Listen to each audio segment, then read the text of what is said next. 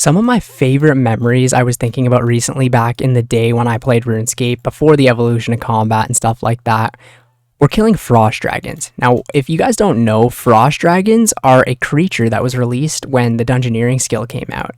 And you needed 85 dungeoneering to pretty much get access to kill these creatures.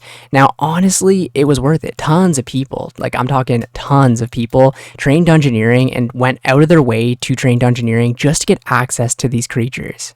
It was one hefty requirement though, like it definitely took you a long time, especially if you weren't experienced at dungeoneering, to go ahead and get yourself 85. Now, I spent, I'm going to say, a solid year going for 85 dungeoneering back in the day. It was very disorganized. You had to go ahead and get huge groups together, or you could go ahead and solo it, but it would take forever to solo it. I'm talking, it would take forever until they released games like Sinkholes and whatever, all the daily activities you could go ahead and do for dungeoneering. It definitely took a long time, and this is, before the evolution of combat, so like it was hard back then, you know what I'm saying? I think the reason I liked killing frost dragons so much is they were just consistent money, and you could just kill them like constantly 24/7 and expect money. Now, I know we have things like that in the game, like Zulrah, like Vorkath and stuff like that, but we don't have we don't have anything that was that good. Like we have like just the regular creatures you can go ahead and kill for money on this game, like gargoyles, we have wyverns, I'm trying to think of them, brutal black dragons, whatever they might be. We have tons of creatures similar to that, but nothing that was as good as frost dragons. Now, frost dragons, the reason people killed them is because they dropped the frost dragon bones, which were the best bones in order to go ahead and get yourself to 99 prayer. Now, back in the day, we didn't have like the chaos altar and stuff like that, right? We used the gilded altars in the player-owned houses, and that was what everyone did. And if you could afford frost dragons to 99 prayer, you were very rich. You probably made your money at the staking arena. But if you did have the money, or a lot of players kind of went Iron Man back then and killed frost dragons themselves and kept the bones for 99 prayer.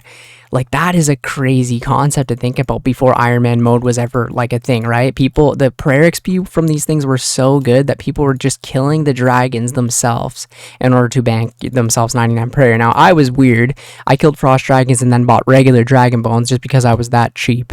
But hey, it worked. It got me 99 prayer, right? I miss frost dragons so much. I just had so many good memories at frost dragons back in the day. I just remember, like, tons of my friends would eventually get themselves to 85 dungeoneering, and then they would come join me at frost dragons, and we would just spend all day there. Like, I remember one summer I spent most of my summer, at least a good solid month of my summer, just killing frost dragons and making millions of GP. And back in the day when I bought myself a Santa hat and stuff like that, back in like when they were 2 or 300 million GP, and it was just such a cool feeling. It just felt like an unlimited money printer. And the good thing about something like frost dragons is the drops that they dropped were constantly going out of the game, right? The bones were the main thing they dropped. I'm pretty sure they dropped some like alkables or something like that too, but the main thing that they dropped that was so expensive was just going out of the game. Might not be the biggest concern these days with how many people play Iron Man mode, right? But back then there was not a thing. Like, Iron Man mode just didn't exist back then, right? So all things like the Zulrah drops or all the things that would drop alkables would just screw the economy, and that's pretty much what happened in RuneScape 3 with multiple updates like this over time. And they would just screw the economy because so much just alkables were being pumped into the game, making everything drop, and obviously bots had stuff to do with this as well. But I think when they make updates, I think frost dragons are a solid one, because the main thing that was so expensive and that people wanted was just constantly being used and taken right out of the game. And I think Jagex needs to look at more updates similar to how they looked at frost dragons back in the day, where the thing that they drop is actually just consumed and used right away, so that there will never just be unlimited of one thing, for example, right? I know they do a good job with this, like Dragon Hide, for example, is constantly being crafted and elked, but that's just bringing solid gold into the game. With something like a Frost Dragon Bone, it didn't actually have like an elk value or whatever it might be. It was just, they were worth so much because they gave so much experience, and I kind of like updates that do stuff like that, where it's not like you make the solid cash elk value out of whatever you're doing. People go ahead and kill like any boss in this game in order to go ahead and make solid cash, right? Something like frost dragons, you went ahead and killed just to get the bones. Now, I know there's tons of creatures on this game that people kill to get certain drops from them, and I'm mainly looking, honestly, at Ironman accounts where, we'd go ahead and kill, like, Turoths, for example, to go ahead and get seeds, or we go ahead and kill gargoyles to get, like, gold ore, or alkables. There we go. I'm just trying to think about it now, and the only time I really go ahead and do dragon tasks is because I have to with Slayer, right? And the only one I really look forward to is blue dragons, and I go ahead and kill Vorkath. I don't ever just go kill dragons, right? Now, I know this is different. Some people go ahead and kill rune or adamant dragons, and that's to make money, alkables and stuff like that. But we never really go out of the way to go ahead and kill green dragons or blue dragons or red dragons or black dragons, right? A lot of people probably don't even know that those things are even in the game. And we also have like bronze dragons and just creatures that nobody kills. Frost dragons were very popular though. They were such a cool update, and I remember, like, as a kid, I wouldn't ever kill any of the other dragons, similar to how I go ahead and kill them now. But when Frost dragons came out, they're my favorite creature in the game. One of my favorites still to this day, to be honest. Would it make prayer easier?